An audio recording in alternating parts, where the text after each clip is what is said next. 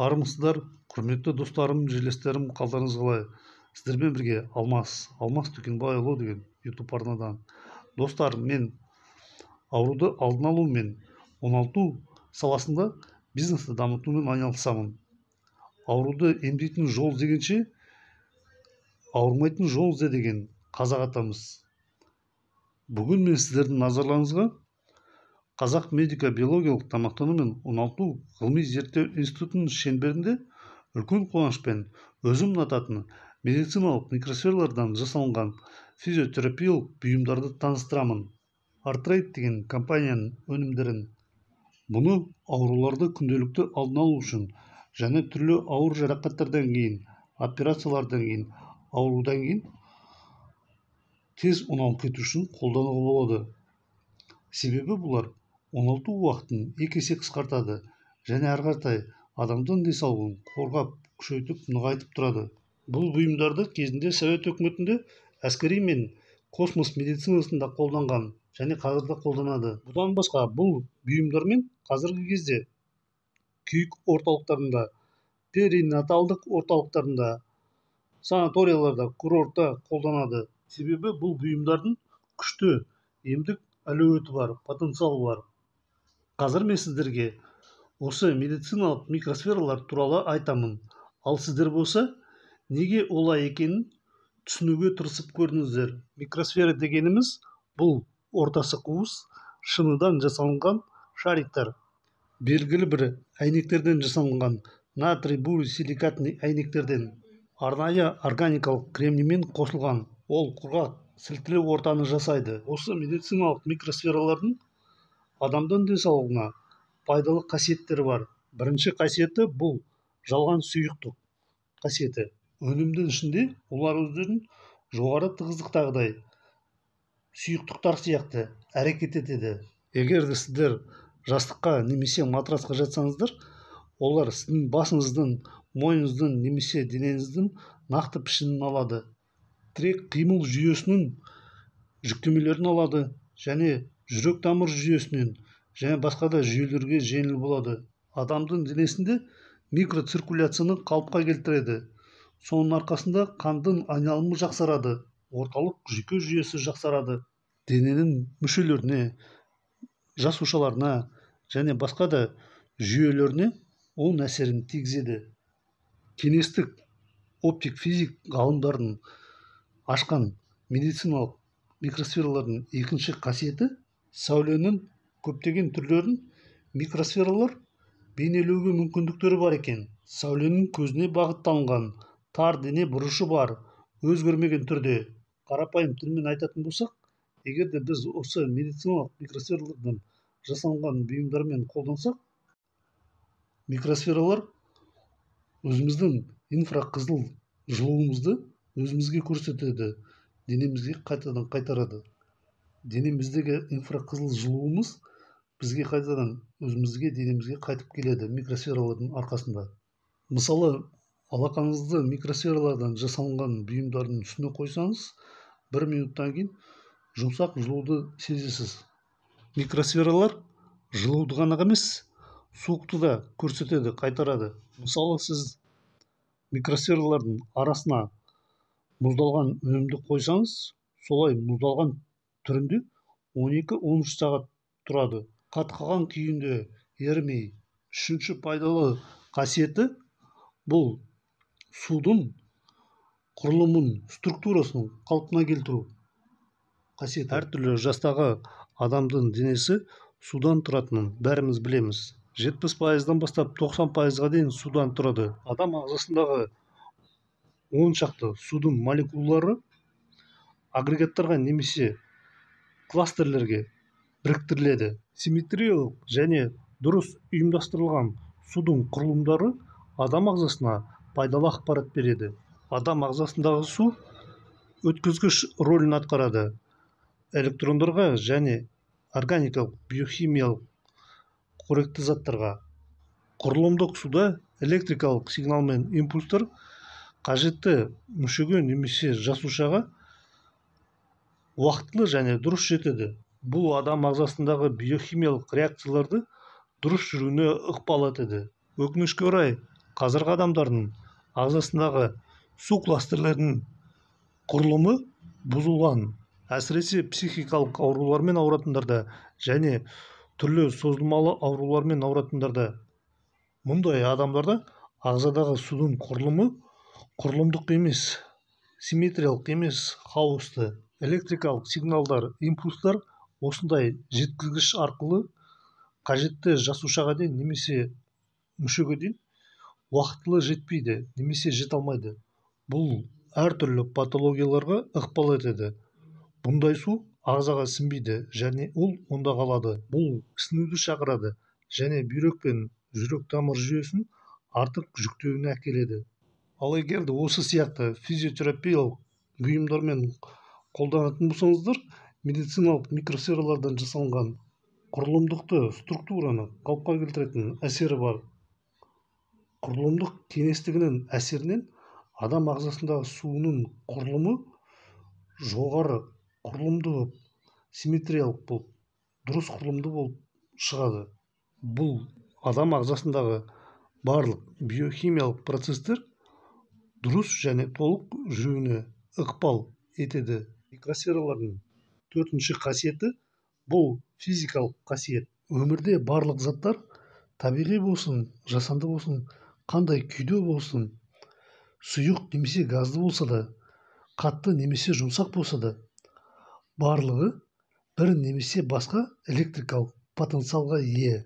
Бұл жағдайда микросфералардың минус деген электрикалық потенциалдары бар. Микросфералардың дәл осы физикалық қасиеттері, минус деген зарядтары адамдарға ауыр жарақаттардан кейін, операциялардан кейін, аурудан кейін тез емделіп кетуіне, қалпына келуіне көмектеседі. Оңалу уақытты екі есе қысқартады. Түрлі ауруларды алдын алуға жақсы көмектеседі. Микросфералар перифериялық капиллярларда қандың бұзылған микроциркуляциясын қалыпқа келтіреді. Барлық перифериялық капиллярлар микросферамен байланысқан жерлерде қанмен қамтамасыз етіле бастайды. Енді осы микросфералардың ерекше емдік қасиетін түсіндіру үшін мен сіздерге физика көзқарас жағынан қанмен қамтамасыз етілу механизмі бұзылудың арқасында түрлі аурулар пайда болатындығын айтамын және қалай микросфералар ауруларды емдеп қалыпқа келтіретіндігін түсіндіремін. Жасуша ауруына әсер ететін факторлар көп, бірақ 90% жағдайларда бұл жасушаның дұрыс тамақтануы бұзылуы, амин қышқылдардың, майлардың, витаминдердің, минералдардың, микроэлементтердің жетіспеушілігінен мұның бәрі қоректі заттарды жеткізу механизмі бұзылуына әкеледі. Адамдың денесінде жасушаларды, мүшелерді бір-бірімен байланыстырып тұратын үш түрлі сұйық байланыстырып тұратын ткань бар. Бұл қан, лимфа және жасуша аралығындағы лимфа. Олар әртүрлі мүшелердің және жасушалардың өз арасында әрекет етіп және байланысып ішкі ортаның тұрақтылығын қамтамасыз етеді. Мүшелерді, жасушаларды байланыстырып тұратын бір-бірлерімен осы үш түрлі сұйықтықтар қан, лимфа және жасуша аралығындағы сұйықтық тіршілікті қолдау үшін және дамыту үшін қажетті бір үлкен экожүйе болып табылады. Қан ағзамыздың барлық жасушаларына өмірлік маңызды қоректі заттар мен оттегіні тасымалдайды және жасушаның ішінен көмірқышқыл газ бен жасушаның өмір тіршілігінің өнімдерін шығарады. Ал лимфа жүйесі болса жасуша аралығындағы сұйықтықтарды тазарту үшін оларды өзінің бойына алады. Жасуша аралығындағы сұйықтықтарды шлактан, токсиннен және зиянды патогенді микрофлорадан тазартады. Тазартылған лимфаны қайтадан қан ағымына қосып жібереді. Қан мен лимфа бұл біздің ағзамыздың тірі суы және күрделі молекулалық жүйе. Молекулалардың қозғалысына олардың зарядтары әсер етеді деді. Мысалы, егерде бір полярды молекулалар кездесетін болса, олар бір-бірінен итеріледі. Мысалы, бір молекула минус деген зарядпен басқа бір молекуламен кездесетін болса, минус деген зарядпен олар бір-бірінен итеріледі. Ал егерде екі түрлі полярдық зарядтар кездессе, олар бір-бірімен жабысады. Мысалы, молекула минус деген заряды бар басқа бір молекуламен плюс деген заряды бар кездессе, олар бір-бірімен жабысады. Минус деген зарядпен орналасқан молекула плюс деген зарядпен орналасқан молекулаға жабысады. Темір магнитке жабысқандай. Кезінде кеңес өкіметінің ғалымдары біздің денеміздегі барлық бөлшектер теріс зарядпен екендігін анықтаған. Адам ағзасындағы барлық сұйықтықтар, қан болсын, лимфа болсын, жасушаның ішіндегі су болсын, әйелдің емізетін сүті болсын, баланы көтерген кездегі су болсын, барлығы теріс зарядпен орналасқан. Мысалы, дені сау адамдың қаны минус 300 милливольтқа дейін барады, ал ауырған адамдардың қандың қуаты төмен түсе береді. Минус 80, минус 70-ке дейін барады. Адамдың жасы жылдан жылға көбейген сайын, жеген тамағының сапасы мен саны дұрыс болмаған сайын, қанның қуаты төмен түсе береді. Қандың саны мен сапасы да төмендей береді. Денемізде жасушалар мен барлық мүшелер қанмен жақсы қамтамасыз етілген кезде ғана, қан айналымы жақсы болған кезде ғана барлығы жақсы жұмыс істейді.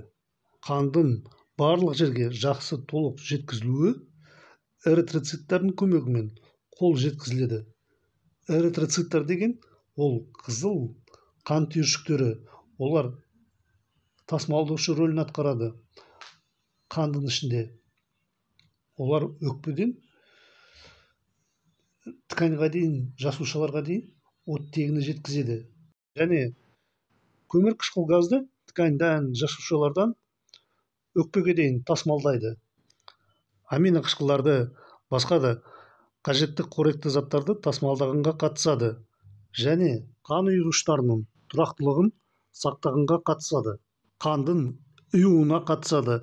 Қандың иммундық функциясына қатысады. Иммунитет дегеніміз бұл барлық жасушаларымызды, барлық мүшелерімізді және жақсы айналатын қан. Осы қызыл қан түйіршіктердің, эритроциттердің молекулалары теріс зарядқа ие, минус деген зарядпен орналасқан, адамдың денсаулығын қалыпқа келтіретін потенциалмен. Әдетте теріс зарядталынған эритроциттердің молекулалары бір-бірінен итеріледі және қан тамырларының ішкі қабырғаларынан итеріледі. Қан тамырларының қабырғалары да теріс зарядпен орналасқан болғандықтан, бұл тамырлардағы қан айналудың және көптеген ұсақ-ұсақ капиллярлардағы қандың микроциркуляциясын қамтамасыз етуінің факторлары. Жоғарыда айтылып кеткендей, аурулардың 90% жағдайдағы себептері бұл жасушаның дұрыс тамақтануы, бұзылуы, аминоқышқылдармен, майлармен, минералдармен, микроэлементтермен және басқа да көптеген дәрумендермен. Осылардың жетіспеушілігінен қажетті қоректі заттарды жеткізу механизмі де бұзылады. Және жасушалардың ішінен шығару, тазарту механизмі де бұзылады. Себебі біз күнделікті көп мөлшерде сапасыз термиялық өндірілген тамақ өнімдерді тұтынғандықтан, сонымен қатар заводтардың, фабрикалардың, полуфабрикаттардың өнімдерін қолданғандықтан көптеген қоспалары бар, бояғыштар, консерванттар, стабилизаторлар және басқа да қоспалар бар. Сонымен қатар күнделікті көп мөлшерде адамның ағзасын сусыздандыратын шай, кофе ішеміз.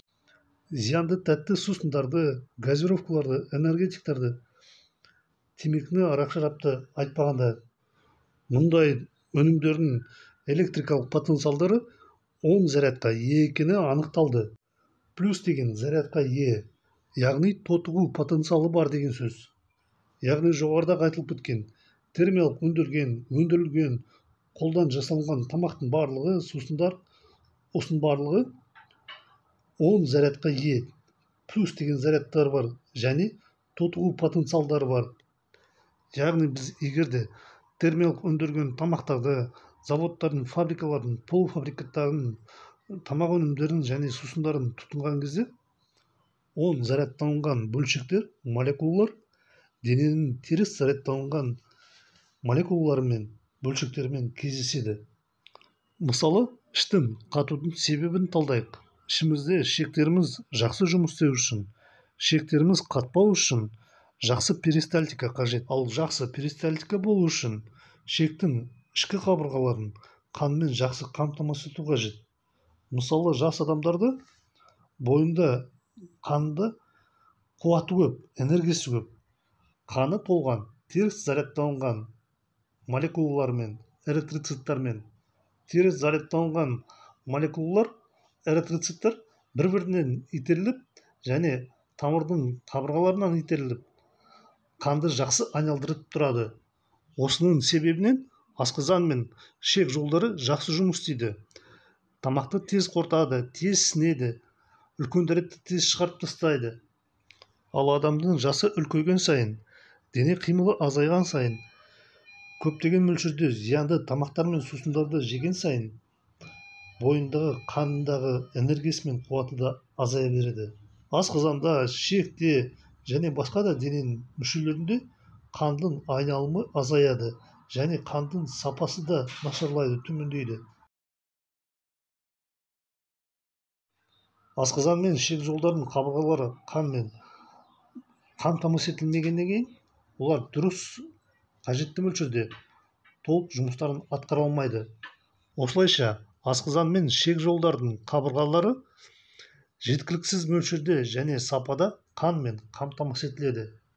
Осы жерден перистальтиканың дұрыс жұмыс істемеуі, ішектің қатуы басталады. Ішектің ішінде тамақпен келген тотығу потенциалы бар тамақтар молекулалары плюс деген зарядқа ие, дененің теріс зарядталынған молекулалармен кездесіп, бір-біріне жабысып қалады. Ішектің бойында минус деген зарядқа ие молекулалар аз болғандықтан және плюс деген зарядқа ие молекулалардың саны көп болғандықтан ішектің қатуы болады. Ішектің қатуы ішектің ішкі ортасын қышқылдандырады. Ішектің ішінде қышқыл орта пайда болса, ол бактериялардың, вирустардың, грибоктардың, паразиттардың өмір сүруіне және көбеюіне өте қолайлы тіршілік ортасы болып табылады. Бактерия, вирус, грибок, паразиттар көбейген сайын асқазанның ішінде, ішектің ішінде олар эрозия, язва, свиштер тудырады. Болып жатқан ішіндегі процестерді адамдар білмейді қалады, сезбейді қалады. Эрозия, язва, свиштердің жараланған жерлерінен қандың ағымына тамақтың қалдықтары немесе бактерия, вирус, грибок, паразиттардың өздері сіңеді. Осылайша тамақтың қалдықтары мен зиянды патогенді микрофлора қан жүйесіне кіріп кетеді.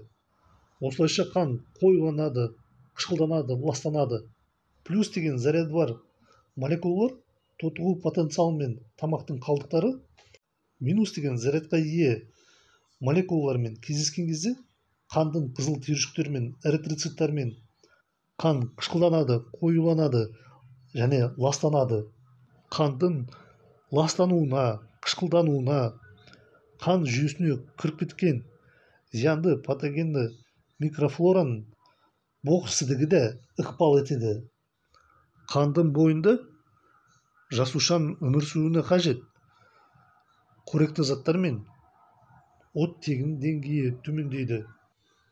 Қандың ішіндегі микрофлора гемоглобинді, қоректі заттарды және тамақтың қалдықтарын жеп өмір сүріп көбейеді. Осы қан жүйесіндегі болып жатқан процестердің барлығы ептеп тромбтың пайда болуына ықпал етеді. Бірінші, жүз шақты эритроциттар, қызыл қан түйіршіктері бір-біріне жабысып қалады. Ептеп зиянды патогенді микрофлораның боксідігіде үстілеріне жиналады. Оның үстіне үші тамақтың қалдықтары. Осының барлығы жиналып, тромб пайда болады. Тромбтың аймағындағы қандың айналымы баяулайды. Жасушалар капиллярлар арқылы қанмен қамтамасыз етіледі, тамақтанады. Бірақ капиллярлардың диаметрі мөлшері бір немесе екі эритроцит сияқты болғандықтан көптеген жабысқан эритроциттер өте алмайды. Осы себептен жасушалар тұншығып аш бола бастайды, ластанады, қышқылданады. Көптеген қан түйіршіктер, эритроциттер бір-біріне жабысып қалғандықтан жасушаларға өмірлік қажет қоректі заттар мен оттегі келмей қалады. Сондай-ақ жасушалардың ішінен олардың өмірлік тіршілік өнімдері шығарылмай қалады. Жасушаның дұрыс тамақтануы бұзылғандықтан жасушаға қажетті қоректі заттарды жеткізу мен шығару механизмі бұзылады.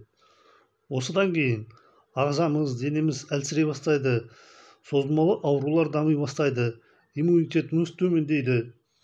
Бұның бәрі жасушаларымыздың және бүкіл ағзамыздың бұзылуына әкеледі. Осының бәріне адамдар күнделікті көптеген мөлшерде электро және радиомагниттік толқындармен сәуленеді. Түрлі электроприборлар, жоғары вольтты кабельдер, интернет, Wi-Fi, 5G осының барлығы ауадағы ауаның молекуласын ионын плюс деген зарядқа ие қылдырады. Барлық осы молекулалар плюс деген зарядқа ие. Бізді қоршаған ортадан алатын ауадан, тамақтан, судан. Осылардың барлығы біздің қанымыздағы, ағзамыздағы молекулалармен кездесіп, минус деген зарядқа ие, бір-біріне жабысып қалады. Ауамен келген оттегінің молекулалары плюс деген зарядқа ие. Эритроциттердің минус деген зарядқа ие молекулалармен кездескен кезде жабысып қалады бір-біріне. Сөйтіп қан қоюланады. Осының себебінен қан тамырларында, қан капиллярларында қандың айналымы төмендей береді. Циркуляция мен микроциркуляция ағзаның барлық мүшелерінде, жасушаларында төмендей береді. Сондықтан адамдарға көбірек табиғатқа шығу керек. Жалаң аяқ жермен, көгалмен жүріп аунау керек. Себебі жер минус деген зарядтардың өткізушісі. Немесе табиғатқа, тауға, көлге, орманға шығып ауасын жұту керек. Себебі табиғаттағы таза ауаның молекулалары минус деген зарядқа ие. Немесе медициналық бұйымдарды сатып алсаңыздар да болады. Микросфералардан жасалынған. Олардың адамдың денсаулығын қалыпқа келтіретін, емдеу жүретін потенциалы бар. Медициналық бұйымдардың ішіндегі микросфералардың молекулалары минус деген зарядқа ие. Осы медициналық бұйымдарды қолданған кезде адамдың бойындағы плюспен орналасқан зарядтарды микросфералар өзінің бойына тартады. Ептеп адамдың денсаулығы қалыпқа келеді. Қандай аурумен ауырса да. Плюспен орналасқан молекулалар, зарядтар денені қалтыра бастайды. Адамдың денесінде тек қана минуспен орналасқан молекулалар, зарядтар қалады. Минуспен орналасқан молекулалар бір-бірімен кездескен кезде бір-бірінен итеріле бастайды. Бұл бүкіл ағзамызда қандың айналымына жақсы ықпал етеді. Медициналық бұйымдармен, микросфералармен қолданғаннан кейін адамдар өздерін жақсы сезіне бастайды. Шаршау жиылады, жұмысқа қабілеттілік және еңбекке өнімділік артылады. Микросфералардың әсерінен алдымен асқазанда, шектің ішінде эрозия, язва, свиштер жазыла бастайды. Осы жаралар арқылы сіңірілмеген тамақтың қалдықтары, зиянды патогенді микрофлора, бактерия, вирус, грибок, паразиттар қан жүйесіне енеді. Осының себебінен ағзамыздың кез келген жерінен қабыну процестері басталады. Осы эрозия, язва, свиштер емделгеннен кейін қан жүйесі де тазарады. қабыну процестердің барлығы да жоғалады. Қан жүйесінде тек қана қызыл қан түйіршіктері ғана қалады. Эритроциттер теріс зарядталған молекулалармен олар бір-бірінен итеріліп қалыпты режимде жұмыс істей бастайды. Ағзаның барлық мүшелерінде, жасушаларында капиллярлық микроциркуляция қалыпқа келеді. Кезінде кеңес өкіметінің гематолог ғалымдары айтқан екен, көптеген ауруларды кетіру үшін ағзаның барлық мүшелеріне, жасушаларына жеткілікті мөлшер мен сапада қандың ағымын қамтамасыз ету жеткілікті екен деп. Бұған тек микросфералардың көмегімен қол жеткізуге болады. Микросфералар плюс деген зарядталған молекулаларды тартады. Осылайша теріс зарядталған молекулалар бар эритроциттер мен дененің басқа бөлшектерін босатады. Және босаған эритроциттер теріс зарядталған молекулалар бар бір-бірінен итеріліп капиллярлық қан айналымды қамтамасыз етеді. Қандың құрамында болмау керек заттарды, мысалы ұйықталған қанды, тромбтарды, басқа агенттерді, бактерия, вирус, грибок, паразиттарды және басқа да элементтерді микросфералардың бұл физикалық қасиеттері қандың құрамынан сорып алғанға ықпал етеді. Микросферамен бар байланыс жерде қандың айналымы және қандың микроциркуляциясы қалыпқа келген кезде иннервация, рефлекстер қалпына келеді. Орталық жүйке жүйемен, ағзадағы ауырған жермен, мүшемен немесе жасушамен жақсы байланыс орналасады. Мысалы, инсульттан кейін адамдың қолы немесе аяғы қозғалмай қалса, парализованный болып, медициналық микросфералардан жасалынған бұйымдарды 5-6 ай үнемі қолданатын болса, істемеген қол аяғы істеп кетеді, жұмыс істеп кетеді. Бұған қосымша микросфералардың сыртына қапталған органикалық кремнийден жасалынған сілтілі заттар ағзадағы қышқылдық пен сілтілік тепе-теңдігін өзін-өзі қалпына келтіру процесіне әкеледі. Және тек қышқыл ортада ғана өмір сүретін зиянды патогенді микрофлораның, бактерия, вирус, грибоктардың колониясын төмендеткенге, азайтқанға ықпал етеді. Егер де медициналық микросфералардан жасалған әртүрлі өнімдерді үнемі қолданатын болса, онда ол адамдың иммунитетін көтереді. Себебі иммунитет ол ең алдымен жаңа және жақсы айналымдағы қан болғандықтан, адамдардың ауруларын алдын алуға және әртүрлі аурулардан оңалтуға арналған медициналық микросфералардан жасалынған бұйымдардың қарсы көрсеткіштері мен жанама әсерлері жоқ. Медициналық микросфералардан жасалынған оңалту бұйымдарына бірінші санаттық сапа сертификаты бар. Дәріханаларда сатылмайтын бірінші санаттық медициналық сапа сертификат. Дәріханаларда тек қана қарсы көрсеткіштер бар және жанама әсерлері бар заттар сатады. Ал адамдардың ауруларын алдын алуға және түрлі аурулардан оңалтуға арналған медициналық микросфералардан жасалынған бұйымдардың ешқандай қарсы көрсеткіштер мен жанама әсерлері жоқ. Ауруды алдын алуға және түрлі ауыр жарақаттардан кейін, операциялардан кейін, бастан өткен аурулардан кейін қолдануға ұсынылады. Жас пен шектеу жоқ. Кез келген жаста қолдануға болады. Әсіресе қарт адамдарға қолдану қажет. Достар, мен сіздерге өздеріңіз үшін және жақын адамдарыңызға осы бір керемет медициналық микросфералардан жасалынған бұйымдарды сатып алуға ұсынамын. Күнделікті әртүрлі ауруларды алдын алу үшін және ауыр жарақаттардан кейін, операциялардан кейін немесе кез келген аурудан оңалу үшін сіздердің үйлеріңізде микросферадан жасалынған өнімдер күнделікті қолданатын жеке гигиеналық құрал ретінде болу керек. Мысалы, біз күнделікті таза болу үшін сабынмен, тіс жуатын щеткамен, пастамен қолданамыз. Сол сияқты микросфералармен де болу керек. Неге десеңіздер, себебі қазіргі адамдардың барлығы электро және радиомагниттік тордың ішінде тұрады. Бізді қоршаған жоғарғы электровольттық кабельдердің, сымдардың, приборлардың, интернеттің, Wi-Fi, 5G-дің әсерінен ауамыздағы ауаның молекуласы плюс деген зарядқа ие болады.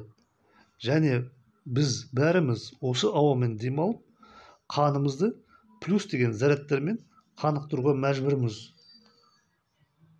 Плюс деген зарядқа ие оттегінің молекулалары қанымызда минус деген зарядқа ие эритроциттардың молекулаларымен кездесіп, қызыл қан түйіршіктерді бір-біріне жабыстырады. Эритроциттар осылайша бір-біріне жабысып қалады. Қанымыз қоюланады, саны мен сапасы бұзылады. Сонымен қатар біз күнделікті денсаулығымызға пайдалы емес тамақ өнімдері мен сусындарды көп мөлшерде тұтынамыз. Табиғи емес, термиялық өңделген немесе заводтардың, фабрикалардың тамақ өнімдері мен сусындарының молекулаларының электрикалық потенциалдары плюс деген зарядқа ие болып келеді. Бұның бәрі біздің денемізде минус деген зарядтармен орналасқан бөлшектер плюс деген зарядпен орналасқан молекулалармен кездескен кезде жабысуға ықпал етеді. Мысалы, біз термиялық өндірген тамақтарды немесе завод, фабрикалардың, полуфабрикаттардың сусындарын жеп ішкен кезде біздің ішегіміз қата бастайды. Жас адамдарда бұл білінбейді, бірақ 35-40-тан асқан адамдарда бұл процестер басталады. Барлық мүшелерімізде, жасушаларымызда қандың айналымы мен микроциркуляциясы төмендейді. Егерде барлық мүшелерімізде, жасушаларымызда қандың айналымы төмендесе, онда ацидоз дамиды. Ағзамызда, терімізде, ішіміздегі барлық мүшелерімізде қышқылдық пен сілтілік тепе-теңдігінен қышқылдыққа қарай ығысу басталады. Осы процестерді нашарлататын дене қимылдығы аздығы. Адамдың денесінің қимылдығы азайса, лимфа жүйесінің де жұмыс істеуі азайып қалады. Лимфа жүйесі күнделікті шығатын шлак токсиндерді шығара алмай қалады жеткілікті мөлшерде. Осылайша лимфа жүйесінде шлак токсиндер, патогенді зиянды микрофлора жиналып, түрлі ауруларды тудырады. Жоғарыда айтылып кеткен күнделікті көп мөлшерде денсаулыққа пайдалы емес тамақтар мен сусындарды тұтыну, экологияның, ауаның нашарлауы, осының барлығының нәтижесінде адамдарда түрлі созылмалы аурулар дамиды. Төменгі немесе жоғарғы қан қысымы, артрит, артроз, сахарный диабет, онкология, грыжа, остеохондроз немесе бүйректің, жатырдың төмен түсіп кетуі, еркек пен әйелдердің бедеулігі, простатит, глаукома. Ары қаратай барлық осы сияқты аурулар көп айта берсе. Адам аурумен ауырған кезде жеңіл немесе ауыр түрі болсын, әрқашанда қайта-қайта кездесе беретін 4 бұзушылықтар пайда болады. Біріншісі бұл қандың циркуляциясы, қан айналымы бұзылады. Қан тамырларында қан айналымы және көптеген ұсақ капиллярларда микроциркуляция бұзылады. Бұл екінші бұзушылықты шақырады. Қандың қышқылдық пен сілтілік тепе-теңдігін реттеуі бұзылады. Қандың қышқылдық пен сілтілік тепе-теңдігін реттеуі бұзылса, түрлі аурулар туады. Бұл үшінші бұзушылыққа әкеледі. Иннервация, рефлекс бұзылады. Орталық жүйке жүйесінің сигнал импульстар арқылы жасушалармен, мүшелермен байланысы азаяды. Осыдан кейін төртіншісі адамдың иммунитеті бұзылады, иммунитеті төмендейді. Осы 4 бұзушылықтардың барлығын қалпына келтіру үшін, емделіп кету үшін медициналық микросфералардан жасалынған бұйымдарды үнемі қолданатын болсаңыз, жұмсақ әрі ең дұрыс ем аласыз. Адамдарды қоршаған ортаның зиянынан қорғайтын киім. Денсаулығыңыз мықты болады, белсенді боласыз, жас көрінесіз, әрі өмір жасыңыз ұзақ болады.